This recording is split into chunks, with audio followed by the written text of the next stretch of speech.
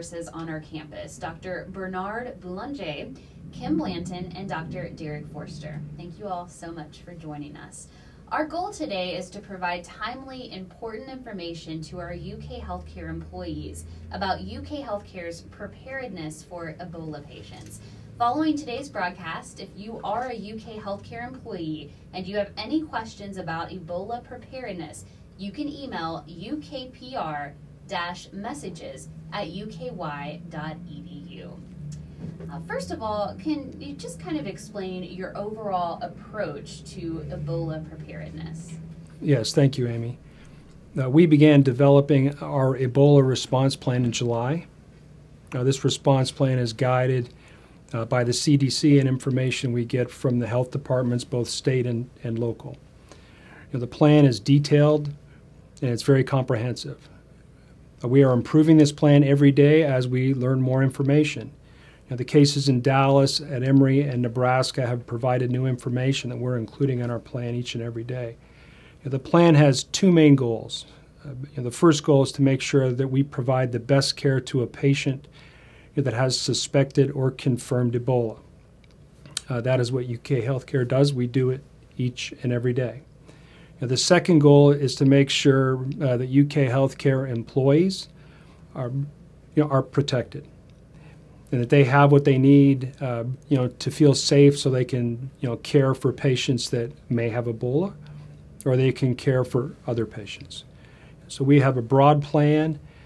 It's evolving every day, and we're working now almost on an hourly basis to ensure that we're optimally prepared. Dr. Boulanger, what are some of the specific details that you can tell us about in regards to the Ebola preparedness? Yes, we have an Ebola response plan, as I mentioned, but most importantly, we're establishing a very, very small Ebola response team. Okay, so this will be a team of a very small number of nurses, and we've had nurses volunteer for this duty, which is quite remarkable. But also a very small number of volunteer physicians, and we've also had physicians come forward on this. So this would be a very small team. This team would do the heavy lifting if we encounter a patient with suspected Ebola or with confirmed Ebola disease. And Dr. Forster, do you want to go into a little bit more detail about that? Yeah, I would. So the Ebola response team that Dr. Boulanger mentions, like he says, is composed of nursing and physicians as well as some other ancillary staff.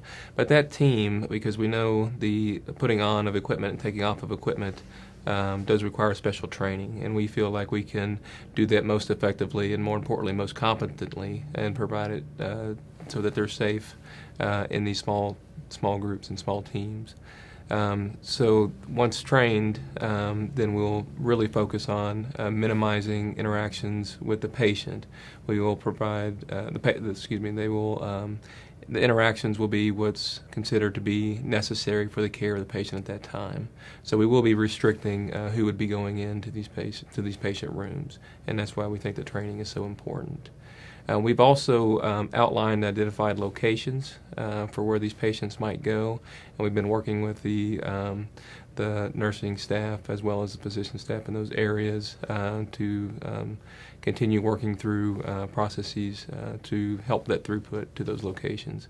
Those locations right now, as they stand for the ED, would be one of the negative pressure rooms off of the main hallway in room 55. And for the admission area, we would admit directly to a negative pressure ICU room, and that room would be in the one medical ICU, rooms A and B. Those are our designated rooms that we've outlined. So, Kim, tell me a little bit about the thought that went into certain aspects of this plan. The Ebola response plan has been an ongoing, changing, evolving document with a lot of input from staff members in the areas where these patients would be housed, to the point where we have had the members of the response team come and tell us, put on the actual PPE, the suits, and tell us what makes you feel safe? Does this cover your neck? Is this glove long enough? So there is a lot of detail that has gone into deciding what type of PPE an employee will wear when they care for an actual known Ebola patient. So, Kim, tell us a little bit about where UK HealthCare stands in terms of training for Ebola preparedness. Our Ebola response team has started training. We actually had training this morning as well. So we are training on different levels, from the PPE, donning and doffing, to in-class didactics. So we've already began training, and that will continue. And as changes to the response plan, as the developments occur throughout West Africa and here in the United States, we will adjust that training as well.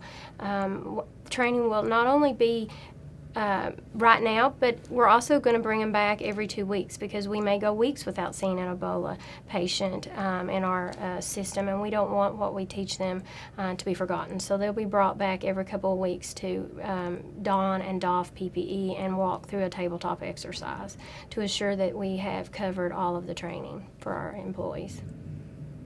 Kim, did you want to talk a little bit about some of the training? Absolutely. So the Ebola response team will receive a 6 to 8 hour day of didactic, where we will start the day with tabletop exercises and work through a patient entering our doors through the emergency department, similar to the way the patient came in Dallas.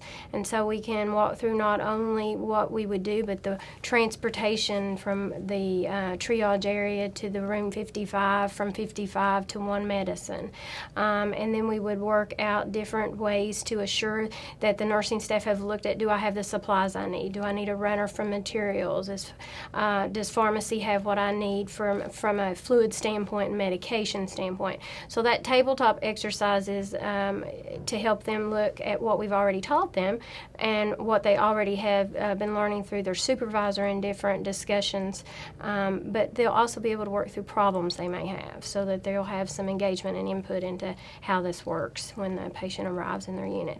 And then the rest of the day will be spent on looking at waste management, the PPE, and then they'll come back another day and they will actually perform donning and doffing, and working with a spotter. Each time you put on your PPE and take it off, you'll have a partner called a spotter that is making sure that we're, they have a checklist and we're doing it exactly the way that you're supposed to. And so I think that will help the response team be prepared. Can you tell us a little bit about UK HealthCare's screening procedures to identify a patient that may be at risk of having Ebola? So, Amy, for screening, we are looking at every point of entry into UK HealthCare as an enterprise, from our ambulatory settings to our access center, through our capacity command center, and the ER.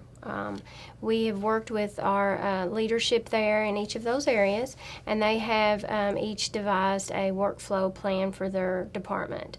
It begins with asking on registration or when we're setting up an appointment about a travel history. Have you traveled outside the United States in the last 21 days? If the patient answers yes, then they will move to the next step of their plan, and it's different depending on the entry point to the enterprise. For instance, in the Access Center, if you call to make an appointment, they will then tell you that the Infection Control Department will be contacting you, and then we'll get a note to call that patient back and get some symptomology from them. If it happens in the ER registration desk, they'll be placed in a special room, and then a healthcare provider will come in and do a symptomology history on them. Would you like to add anything to that? Yeah, thanks. Just in general, I do want to make sure that I add that there is a difference between what's required in the triage process and obviously what's required in the treatment process as far as how it relates to protection. We have gone above and beyond what CDC and our health department agencies have required, and we want to make sure people are safe during those processes. So at what locations are you actually doing the screening? So, Amy, UK HealthCare is a large enterprise, and we are working to assure that every entry point is covered with a screening triage. We are doing it at our ambulatory clinics. We are working with our affiliates out at Eastern State to assure we have an entry point there for screening. Our Access Center, our UKMD's line, Capacity Command for direct admits from outside the UK HealthCare walls, our ER triage desk. If you arrive from a trauma through our medical service, you're triaged when you come in through our trauma doors. So we are trying to assure that every access point is covered. So once a patient may be determined to be at risk of having Ebola, what would be the next steps?